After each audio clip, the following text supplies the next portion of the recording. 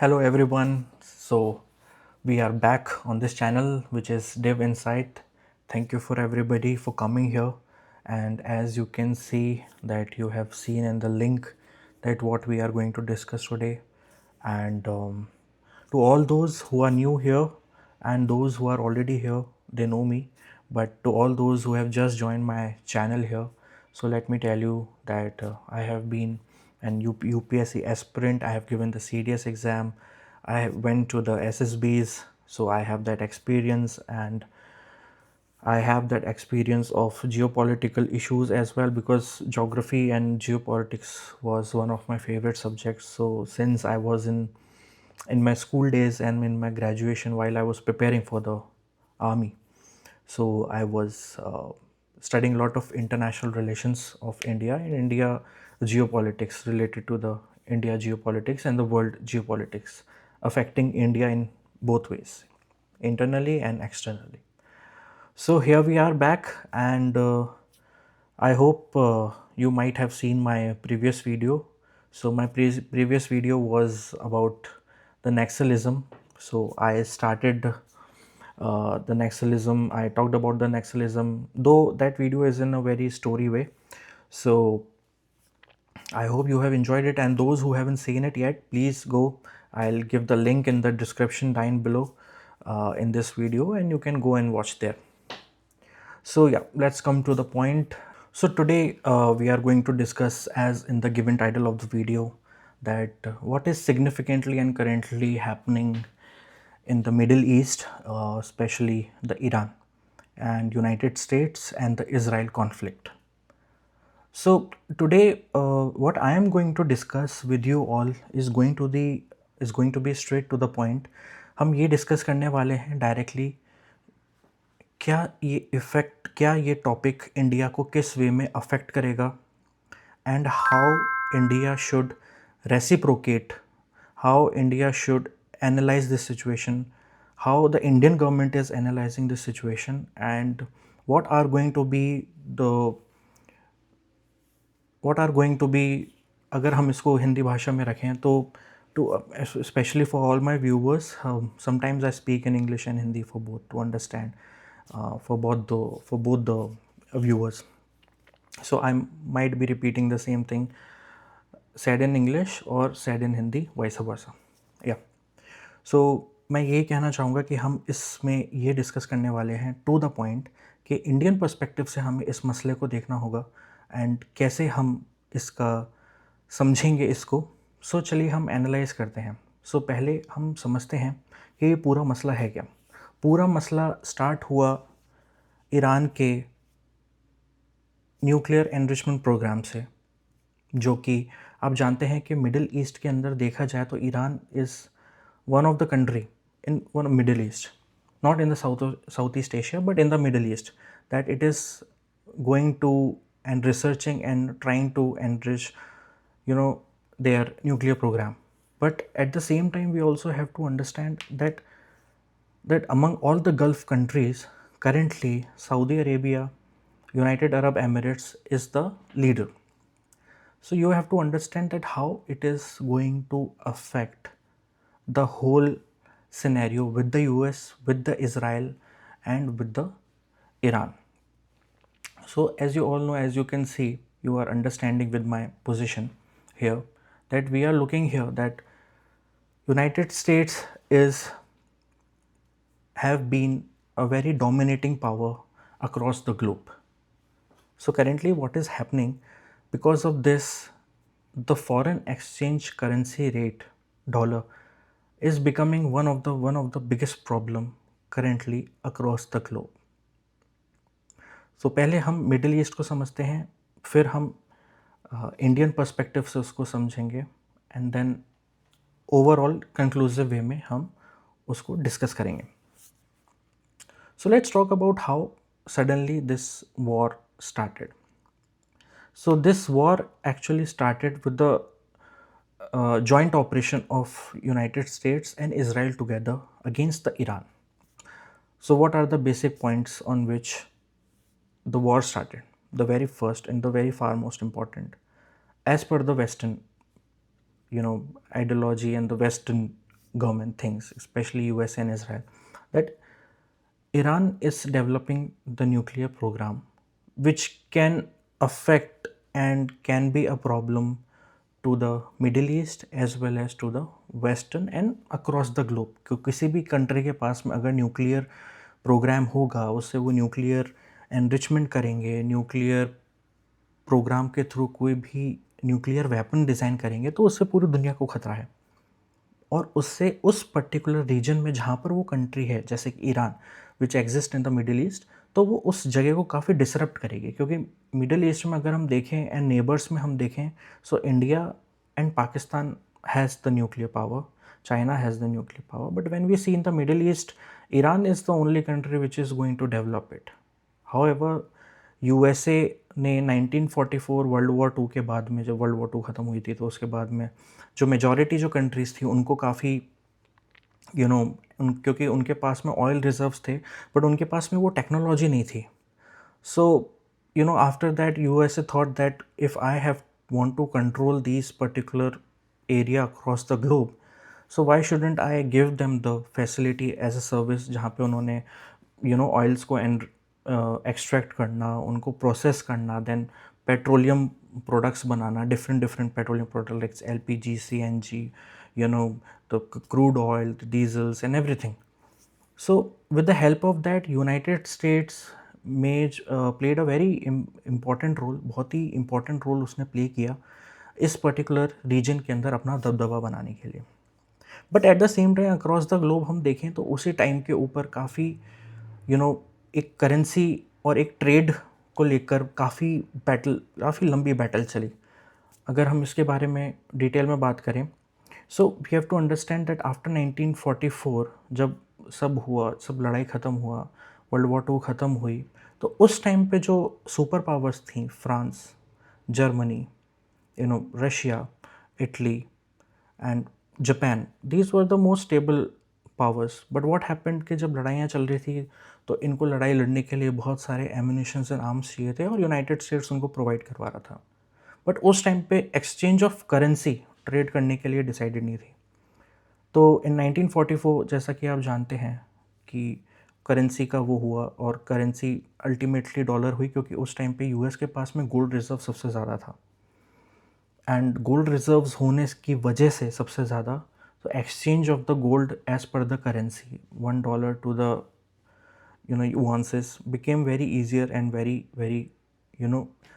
very important for to discuss. However, we have to understand that later on जब ये चीज़ें बढ़ती रहीं तो इसको हम कैसे डिस्कस करेंगे।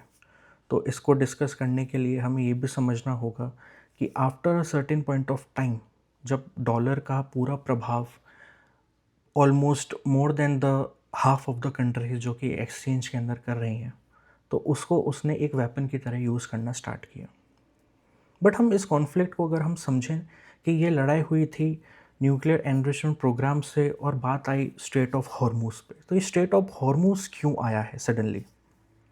सो again we have to understand कि कैसे डॉलर ने वर्ल्ड के अंदर अपना एक डोमिनेंस बना रखा है और उस डोमिनेंस की वजह से यूनाइटेड स्टेट्स दूसरी जो ग्रोइंग इकोनॉमिक कंट्रीज़ हैं उनको दबाने की कोशिश करता है, जैसे कि इंडिया, इंडिया है, बांग्लादेश है and many other countries apart from India. So अब उसको टैकल करने के लिए हमें क्या करना होगा, तो उसको टैकल करने के लिए मेजॉरिटी जो कंट्रीज़ थी उन्होंने रीजनल कॉरपोरेशन एसोसिएशन बनाने का एक उन्होंने पहल उठाया। सबसे पहले जो था वो था सार्क, साउथ एशियन, आपने पढ़ा होगा, South Asian association of regional Corporation. Then उसके बाद में बिम्स्टेक आया, फिर बिम्स्टेक के बाद में बहुत सारी रीजनल ब्रिक्स भी आई। ब्रिक्स जो था इंक्लूडिंग, जैसे ब्रिक्स में अगर आप देखेंगे इनिशियली वो ब्रिक था जिसमें ब्राज़ील, रशिया, इंडिया और चाइना थी, and then later on South Africa also became the part of it. But recently भी आपने पढ़ा होगा कि ब्रिक्स ने भी अपनी करेंसी निकाली थी ताकि हम रीजनल करेंसी को ज़्यादा वैल्यू करें rather than the dollar, and उसकी वजह से जो ट्रेड हो विद इन दोज कंट्रीज अच्छे से हो और वो उसको जो डॉलर डोमिनेशन है उसको हम टैकल करें. But again it was a problem. वो नहीं हो पा रहा था क्योंकि अगर ये 4 कंट्रीज़ भी अगर उस चीज़ को अवॉइड करें रादर देन कि हम डॉलर में ट्रेड ना करें, तो उनके पास में अगर डॉलर का रिज़र्व नहीं हुआ, but the rest of the countries around the world do not accept the dollars, तो इसको डायरेक्टली डॉलर को अपोज करना इतना आसान नहीं है जैसा सोचा गया. सो बेसिकली जो ये होल लड़ाई का जो सीक्वेंस है, ये एक इकोनॉमिक वॉरफेयर है. अगर आप इसको एज अ थोड़ा जूम आउट करके अगर आप इसके बारे में सोचें, तो ये एक इकोनॉमिक वॉरफेयर है. एंड इस इकोनॉमिक वॉरफेयर का कोई इलाज लड़ाई से नहीं होगा, वो एक उसका सिम्टम है. So these war are just the symptoms of the economic warfare, जो आज की तारीख में एक नए तरह का युद्ध है. पहले जब दो देशों के बीच में लड़ाई होती थी तो दोनों आर्मियाँ आती थी, असेंबल होती थी, and for days and days the fight use to go on. But आज की तारीख में लड़ाइयाँ ऐसी नहीं होती हैं, प्रॉक्सी लड़ाइयाँ होती हैं. तो चलिए अब हम समझते हैं कि यूएस और ईरान की जो लड़ाई थी वो स्ट्रेट ऑफ हॉर्मोज के ऊपर कैसे आई. देखिए, गल्फ़ कंट्रीज़ आप जानते हैं कि वर्ल्ड का 20% जो ऑयल है एक्सपोर्ट करता है, which is rest of the world majority gulf country से ही अपना ऑयल इंपोर्ट करता है to facilitate their own economies, because obviously उनके पास में ऑयल रिजर्व्स है नहीं. India has oil reserves but a very limited oil reserves, and उसकी कॉस्ट बहुत ज़्यादा है, उसके एक्सटेंशन की, एक्सट्रैक्शन की, उसके एनरिचमेंट की, उसके प्रोसेसिंग की, and everything. So what we do is we import majority from the Gulf countries. So let's understand that how Iran and India relations have been. Before we go ahead, हमें ये भी देखना होगा कि India और Iran के relations कैसे हैं, इंडिया का स्टैंड इस पे क्या है. सो इंडिया का जो स्टैंड है वो काफ़ी न्यूट्रल है, because Iran knows and India also knows कि जब यूनाइटेड स्टेट्स, जब ये सब लड़ाइयाँ चल रही थी, सो यूनाइटेड स्टेट्स ने काफ़ी सैंक्शंस इंडिया के ऊपर लगाए थे जब यूक्रेन रशिया वॉर चल रही थी. तो at that point of time we were importing oils from the Russia. But since United States have put sanctions, both initially वो प्राइमरी सैंक्शंस थे and then later on secondary sanctions लगाए गए. So what are the primary sanctions? The primary sanctions are जो सिर्फ आपके ऊपर लगे हैं किसी पर्टिकुलर चीज़ को लेके, कि आप किसी चीज़ को लेके आप ट्रेड नहीं कर सकते. जैसे यूएस ने रशिया यूक्रेन के टाइम पे इंडिया के ऊपर सैंक्शंस लगाए कि that it can not purchase the oil from the Russia. And after that हमारे ऊपर सेकेंडरी भी लगे थे कि because at that point of time what India was doing कि लेट्स से अगर हम डायरेक्ट रशिया से हम ऑयल नहीं खरीद पा रहे हैं, so what India did at that point of time, suppose any other country is buying the oil from the Russia, so what we used to do, we used to tell those countries, get the oil from the Russia and we will pay you and you give that oil to me. So because of that we got the secondary sanctions. So ये सब चीज़ें चल रही थी. So because of that अब Iran की लड़ाई चलने के बाद में काफ़ी it has created a ruckus in the whole Middle East as well as across the globe, because dedollarisation करने के लिए अगर हम एशिया पावर्स की हम देखें, देखिए हम वेस्ट फ्रंट और एशियन फ्रंट की हम बात करें, so there are like 3 countries which is currently right now in a let's say in a very much trouble time. So it's China, India. China of course is the member of the United Nations Security Council, so China is considered to be almost developed than the India. India is a developing one. So India को अभी काफ़ी इसकी वजह से हमें हमारी economy के अंदर मेजर लॉसेस हो रहे हैं. Less of the oil currently आपने देखा होगा, commercial cylinders gases have become quite a less in delivery, और बहुत सारे रेस्टोरेंट्स इसकी वजह से बंद हुए थे at the time of the peak war. But if you see why, अगर हम साउथ ईस्ट एशिया रीजन को समझें तो how Pakistan is also come into this matter. So Pakistan is also part of this matter because you have to understand कि United States is known कि वो अपने दुनिया में हर जगह जहाँ जहाँ जिन जिन कंट्रीज़ के साथ में उसके एग्रीमेंट्स हैं, रिलेशंस अच्छे हैं, वहाँ पे अपने मिलिट्री बेसिस बनाए, and Pakistan is one of those. So Saudi Arabia and Iran, इनके अच्छे रिलेशंस हैं नहीं. आपने जैसा कि वॉर में देखा होगा कि कैसे ईरान ने कितनी सारी कंट्रीज़ के ऊपर, जो गल्फ़ कंट्रीज़ हैं, उनके ऊपर बॉम्ब गिराए, जैसे बहरीन हुआ, कुवैत हुआ, अमन, Yemen, and many others, not in Yemen, but yes, there was a little bit in the Yemen as well. But Saudi Arabia specially वहाँ पे, एंड इसराइल के ऊपर बॉम्ब गिराए गए क्योंकि इसराइल एक रिजीम को हटाना चाहती है. रिजीम हटाना इज़ जस्ट एन एक्सक्यूज़, उनको रिजीम से कोई प्रॉब्लम नहीं है, but the point is that the regime जो यूनाइटेड स्टेट्स आइडियोलॉजी से वैसा नहीं सोचती है और उनको सपोर्ट नहीं करती है, तो बेसिकली वो रिजीम यूनाइटेड स्टेट्स के अगेंस्ट होती है, and USA and Israel take it very seriously, and वो उनको करते हैं. ईरान और इसराइल के रिलेशंस बहुत टाइम से शुरू से ही कभी अच्छे नहीं रहे, बिकॉज एज यू नो कि इसराइल अपनी खुद एक आइडेंटिटी मेंटेन करने के क्राइसिस में है. बहुत टाइम से वो लड़ाई चल रही है, since 1960s, as you all know that Iran is fighting for its own religious identity as well as the geographical identity. And Iran and Israel has seen many wars with those countries around the globe.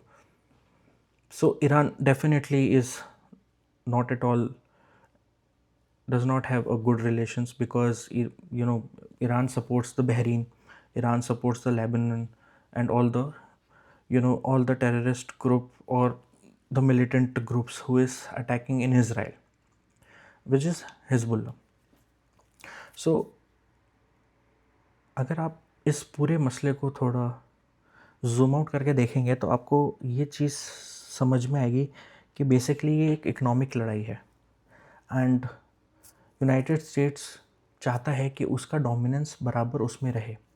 So middle east में अगर Iran, which is the only country which does not go with the what you से कि US के साथ में बिल्कुल भी वो अग्री नहीं करती है बहुत चीज़ों के ऊपर, end of course Iran is a sovereign country, वो अपना एक इंडिपेंडेंट बनाना चाहती है. मिडिल ईस्ट के अंदर भी वो चाहती है अपना dominance, because it has that dominance over the, क्योंकि यूएई के पास में, कतर और इनके पास में अब over a period of time धीरे धीरे ऑयल रिजर्व्स कम होते जा रहे हैं, but Iran is still flourishing with all those. So straight of Hormuz पर अब आते हैं, तो लेट्स डिस्कस कि स्ट्रेट ऑफ हॉर्मुज क्या है. सो स्ट्रेट ऑफ हॉर्मुज एक, okay, let's understand what is Strait of Hormuz. So strait is like between the two countries there is a passage to the sea, that passage who gives the connectivity to the sea is called the strait. Now बहुत से आपने others channels देखे होंगे YouTube पे, आपने इस पे discuss किया होगा, देखा भी होगा आपने, तो उसमें देखा होगा कि किसी ने भी जो स्ट्रेट ऑफ हॉर्मूज है उसकी कॉम्प्लेक्सिटी आपको नहीं बताई है कि उसके खुद की क्या प्रॉब्लम है.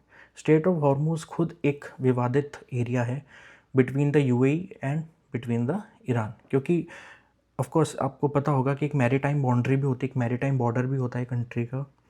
तो स्ट्रेट ऑफ हॉर्मूज ईरान और यूएई के बीच में उस टेरिटरी का एक विवाद है.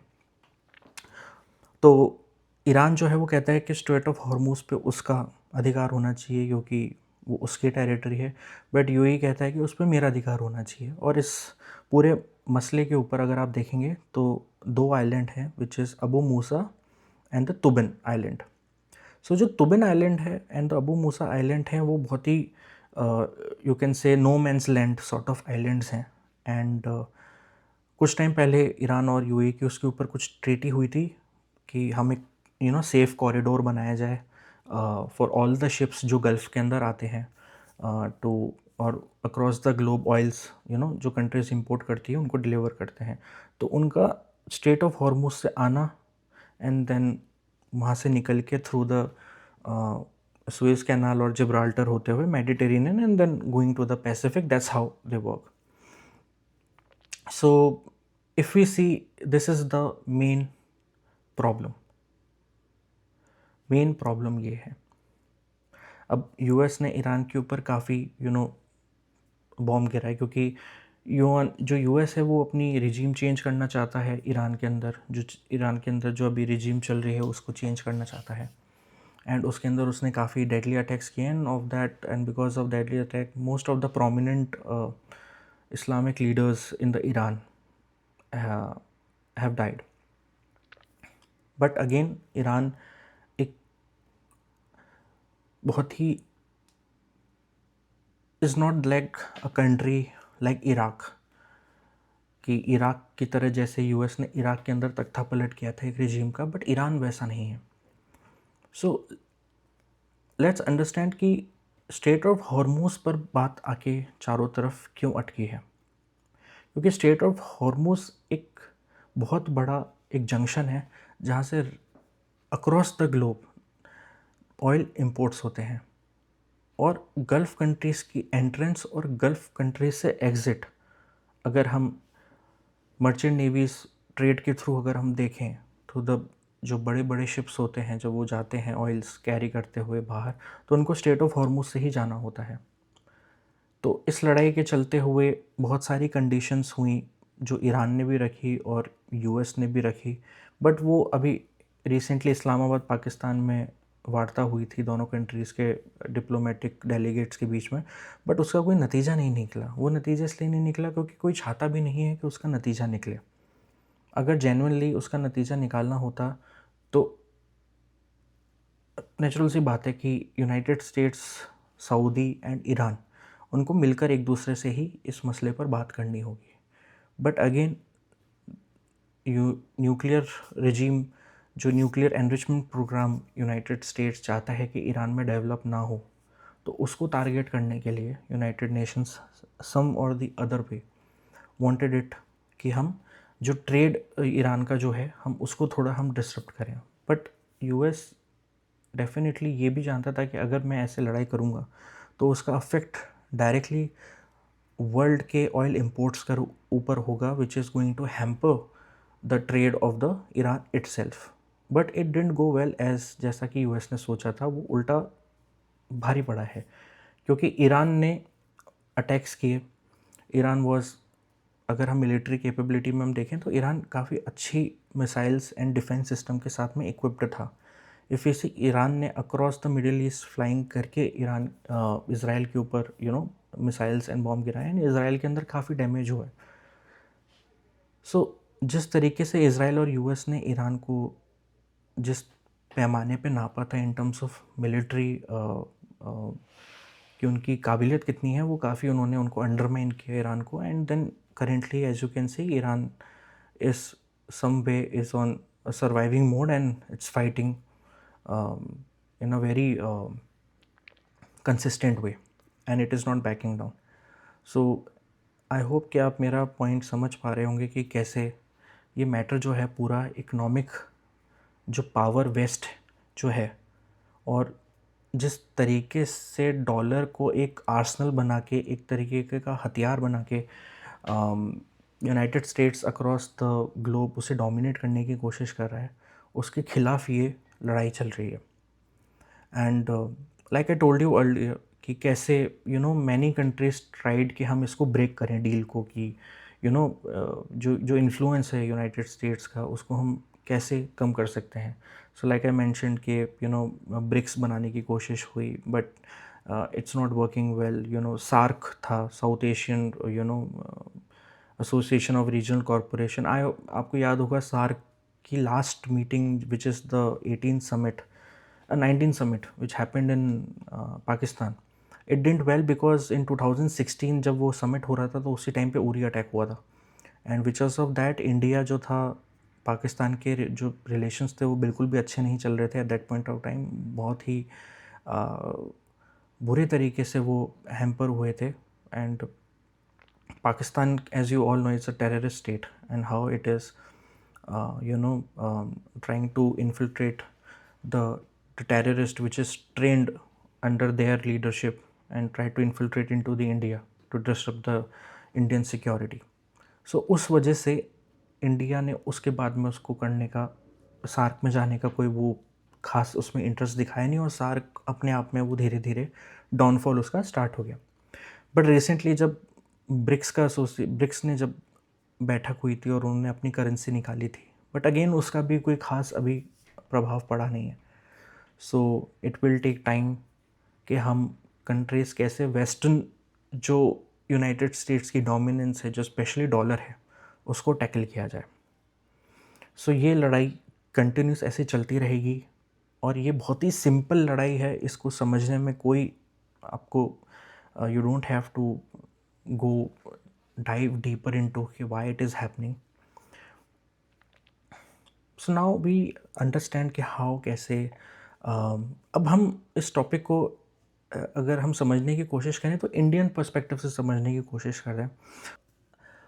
For all those who are here जो यूपीएससी एग्ज़ाम्स की तैयारी कर रहे हैं and they are keen interested कि मेंस में जब इंटरनेशनल रिलेशंस पे इस पे सवाल किए जाएंगे तो आपका पर्सपेक्टिव क्या होना चाहिए। Of course I am not going to tell you the answer, you don't have to write your own answer with your own understanding, because everybody has their own different understanding, but I'm here to make you understand this whole situation in a very easy way, so that आप इसको अच्छे से assess कर पाएँ, articulate कर पाएँ, and then एक concise perfect एक to the point answer exams के अंदर लिख पाएँ। सो चलिए अब हम बात करते हैं कि इंडियन पर्सपेक्टिव कैसा होना चाहिए। सो इंडियन पर्सपेक्टिव से अगर हम देखें तो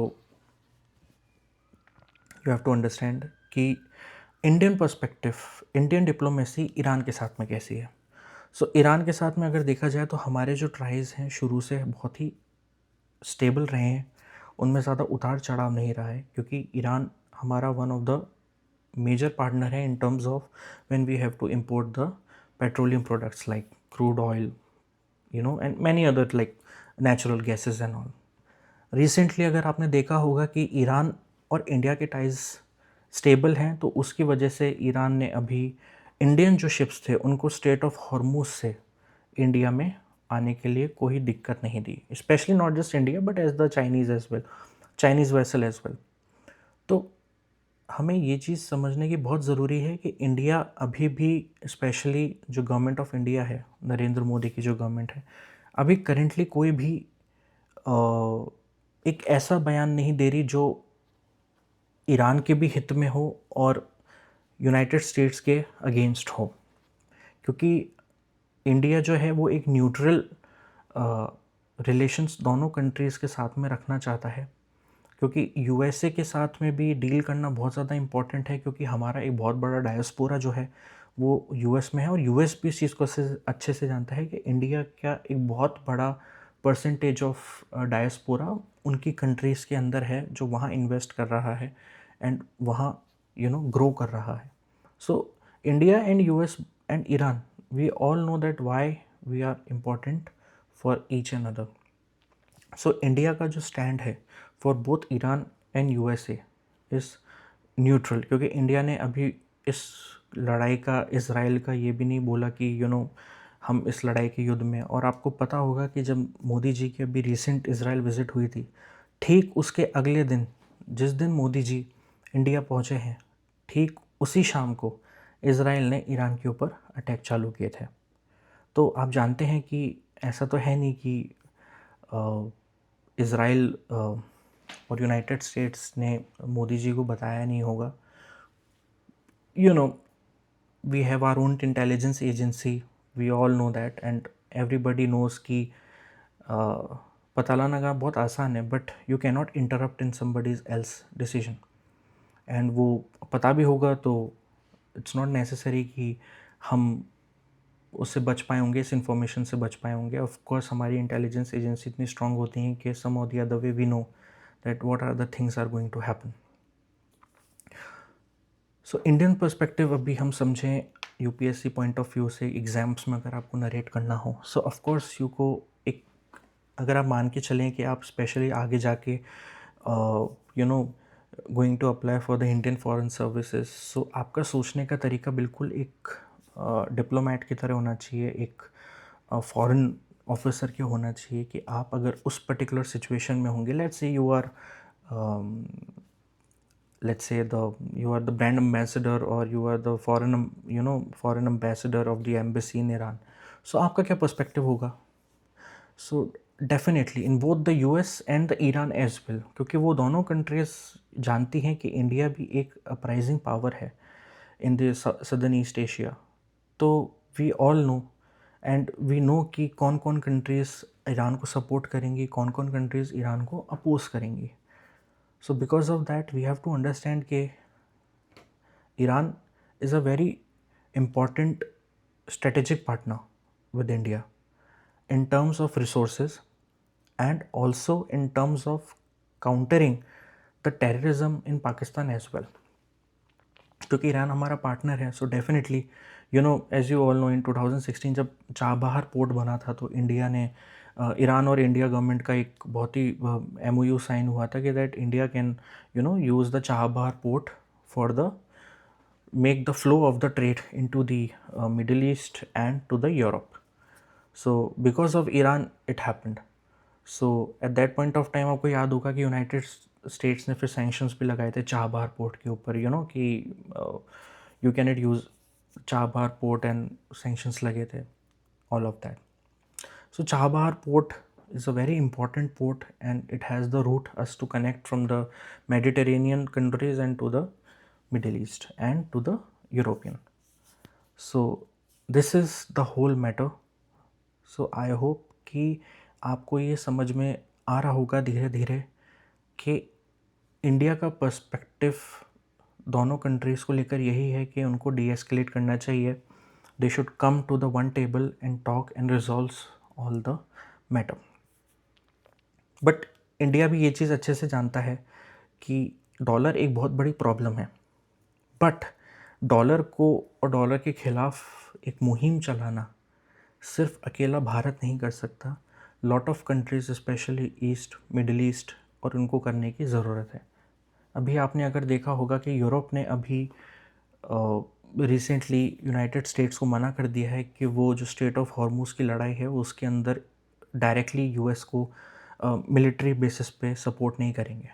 बिकॉज ऑफ दैट वो बात यूएस को पची नहीं डोनाल्ड ट्रंप को, और उन्होंने स्टेट ऑफ हॉर्मूज़ के ऊपर अपनी नेवी भेज के उन्होंने अपना खुद का एक पेट्रोलिंग और एक उन्होंने बैरिकेडिंग लगा दी है. क्योंकि इनिशियली ईरान ने बोला था कि मैं भी बैरिकेडिंग करूँगा and from now on you have to pay the toll fee while going through the Strait of Hormuz, and you have to pay in the cryptocurrency or Chinese currency.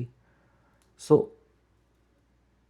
the reason Iran का step यही है कि अगर आप use कर रहे हैं और आप मेरे को पे करना चाहते हैं then I will not accept the dollar, so that कि डॉलर की जो डिपेंडेंसी है वो इस पर्टिकुलर रीजन के अंदर हम कम करें.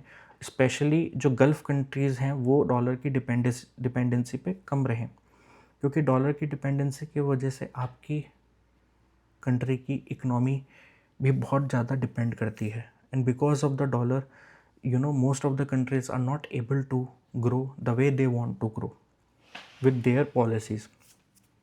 जैसा कि आपने वेनेजुएला का देखा ही होगा रिसेंटली, मदुरो को कैसे उन्होंने यूनाइटेड स्टेट्स फोर्सेस ने पकड़ के उनको यूएस लेकर आए. But again I am just giving you an examples that how dominating United State is with the help of its currency and its strategic allies. अगर हम बात करें फ्रॉम द एशिया में, हम चाइनीज़ पर्सपेक्टिव भी अगर हम देखें, so China is also very very much उनका ट्रेड हैम्पर हुआ है इस लड़ाई की वजह से, क्योंकि चाइना भी काफ़ी ऑयल गल्फ़ कंट्रीज से इंपोर्ट करता है. So because of this it is creating a ruckus in the whole Asian region across the Europe. So I hope कि आपको आसानी हो रही होगी समझने में. If you are not able to understand you can comment and down below you can tell me and we can discuss this in the other views. You can tell me your views and I'll take your views and I'll address those views. If you have any doubts, any questions, you can also ask me and help us understand. So let's come back to the point that how UPSC mains paper and international relations questions going to come, because recently अभी जून के अंदर pre paper होगा and then उसके बाद में mains आएगा and mains के अंदर you have to write like 150-200 words of answers. So you have to be very strategic. So I am here to help you understand the every matter in a very easy way so that you can think और आप अपना जवाब अच्छे से सोच पाओ, अच्छे points के साथ में उसको कंसाइज तरीके से लिखो, एक बैलेंस्ड आंसर लिखो, not just one sided either left और right, but as a central जिसमें भारत के लिए किन डिसीजंस पे भारत के लिए ज़्यादा बेनिफिट होगा, प्रॉफिट होगा इन ऑल द वे. सो हमको आंसर ही उस तरीके से लिखना है. So maintaining a good relations with the Iran as well as United States is very important. Israel भी हमारा बहुत ही अच्छा स्ट्रेटेजिक पार्टनर है in terms of security matters. Majority security equipments, most of the security equipments are given by Israel to us. भले ही Iran और Israel के बनते नहीं हो, बट वो दोनों, हम भारत के पर्सपेक्टिव से देखा जाए तो वो दोनों कंट्रीज़ उन मसलों में बहुत इम्पॉर्टेंट है. सो आई होप कि यूने देखा होगा, रिसेंटली पढ़ा भी होगा आपने कि इंडिया का स्टैंड कैसा रहा है ईरान के और इसराइल के लिए. सो आई होप कि आपको ये चीज़ समझ आ रही होगी एंड ऐसे ही हम ये डिस्कस करते रहेंगे. तो thank you everyone for this video and next time I will come with another. And if you want कि मैं और किन किन टॉपिक्स के ऊपर बात करूँ, in the down comments below you can give me those topics in which you want me to discuss it with you. So I'll discuss it with you. So thank you once again. See you. Jai Hind.